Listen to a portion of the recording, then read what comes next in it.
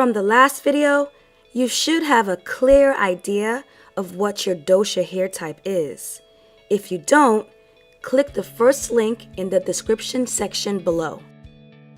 Just in case you're curious, my hair type is a combination of Kapha and Vata, which makes some sense because my hair is naturally lower in porosity.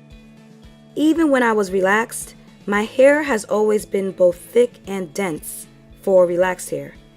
But in the winter, I become deficient in vitamin D and iron, and my hair and skin can get super dry and brittle easily. Before you run out and buy all sorts of Ayurvedic ingredients and products with the word Ayurveda on its label, remember that there's no such thing as a fix-all product, and there are all sorts of natural ingredients all around you. Knowing Ayurvedic principles and your Ayurvedic hair type does not mean you have to use only Ayurvedic hair products. Limiting yourself like that will stop you from exploring other organic ingredients that may actually work better for you. So keep your mind open and explore.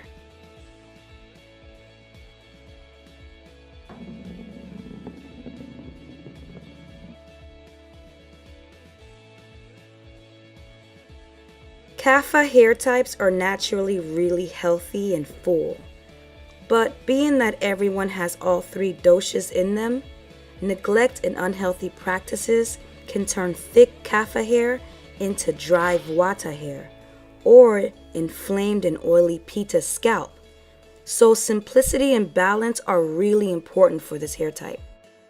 Keep minerals and micronutrient levels high in your body by eating clean. Keep blood circulating by staying active, and keep your bodily systems in check by reducing stress. Pay attention to your hair and scalp and create a regimen that's simple and covers the basics in healthy hair that you can stick with, and you should be fine.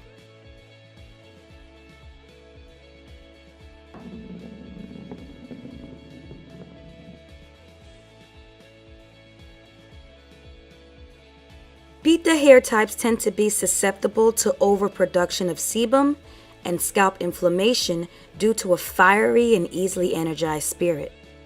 If you think you may be experiencing a Pitta imbalance, before anything, prioritize in finding your calm, where you kinda check out a little bit every day. For some people, running works, or yoga, or reading a book, or talking to a friend with positive energy, or taking naps. If you're looking for a good New Year's resolution, finding your calm should be it. It will change you physically and will change your whole reality for the better. For naturally kinky hair, especially if it's dense, sebum is a great thing. The problem is when it collects and sits on your scalp for too long. So, apart from a consistent and balanced regimen, Pitta hair types should be extra diligent to do things that help spread collected sebum down the length of each hair strand. Like using the bed of your nails to manually scoop up collected sebum from your scalp and spreading that sebum evenly down the length of your hair.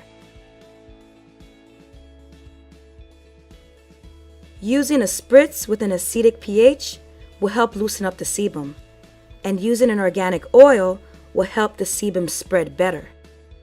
Over time, as the sebum builds up, it keeps your hair strands stretched, super moisturized, smooth, and shiny.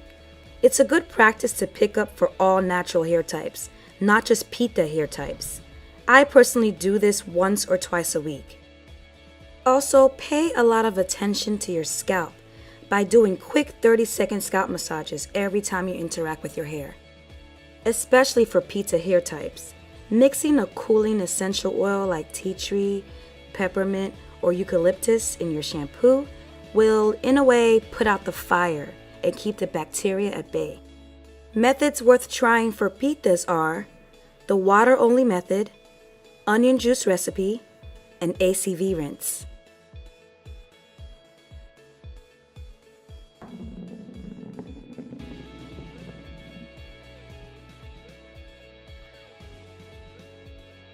Not all, but many Vatas tend to have nutrition deficiencies, especially iron. So if you haven't done so already, get your hemoglobin checked from a doctor. Addressing internal nutrition deficiencies will help this hair type a lot.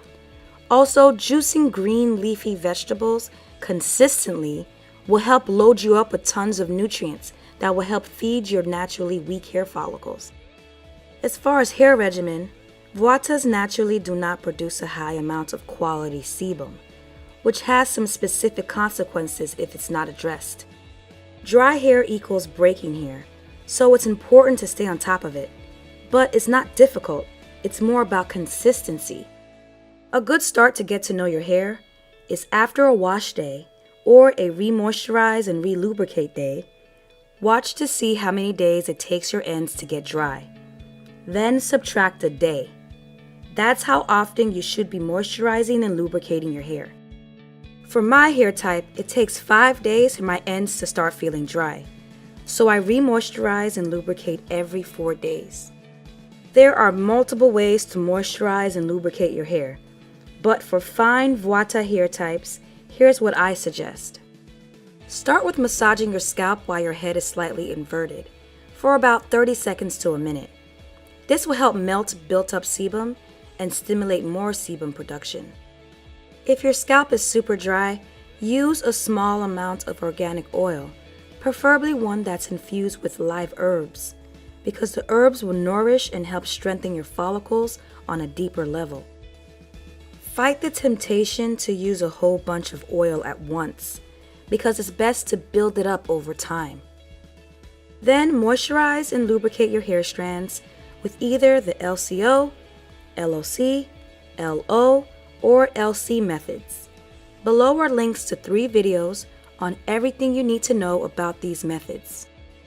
So to avoid disturbing and manipulating your already naturally fine and fragile hair strands, you can just lightly spritz your hair, give it some time to absorb, then rather than raking it in, just squeeze in the cream and/or oil. Again, try not to use too much product at once. This simple thing you just did stopped a whole bunch of breakage from happening. Vuatas also tend to have fragile hair strands, so it's important to master the art of being gentle every time you touch your hair. Also, protein is your best friend. The Real Protein treatment has really small molecules, so it's able to penetrate your hair strands and not just coat the outside.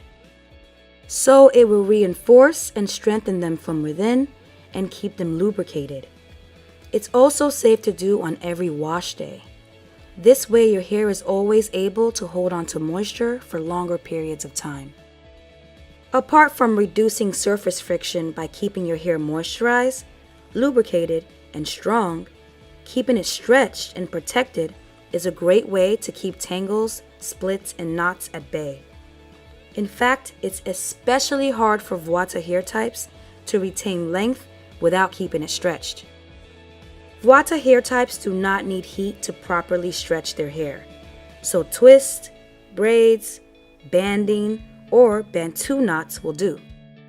If you want to use heat, that's perfectly okay.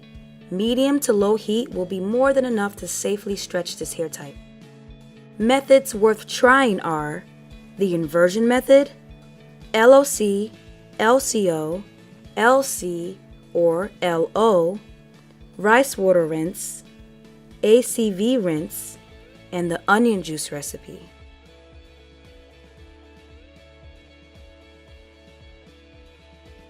If you compare textured natural hair to other hair types, it's easy to assume that all naturals have kapha hair. It's not until you look just at the natural community that it's easier to see the differences.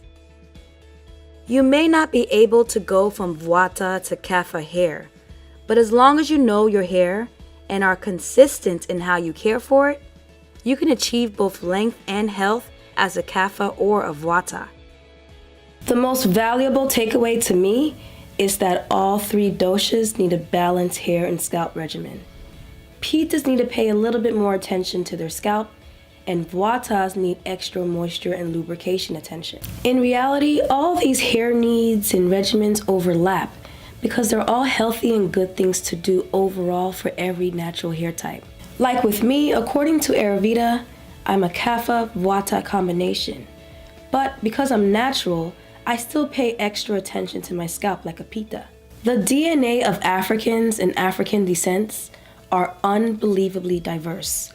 That's why I'm not really a huge fan of categorizing people into boxes. So use categorical systems like Ayurveda and the Andre Walker hair typing system to observe and study yourself as a unique, one-of-a-kind individual. With an open mind, patience, and trial and error, build a hair regimen that's customized and balanced for you. With a consistent low manipulation hair regimen, you can give your scalp and hair what it needs from all sorts of organic ingredients and products, some of which you can find in your own kitchen. I'm not saying not to try Ayurvedic ingredients, just try not to be exclusive. Keep your mind open and explore, because healthy hair is more about regimen than products. Since it's a fresh and new topic that many of you are interested in the next video, I'll go over the chemical properties of Amla, Shikakai, and Brahmi.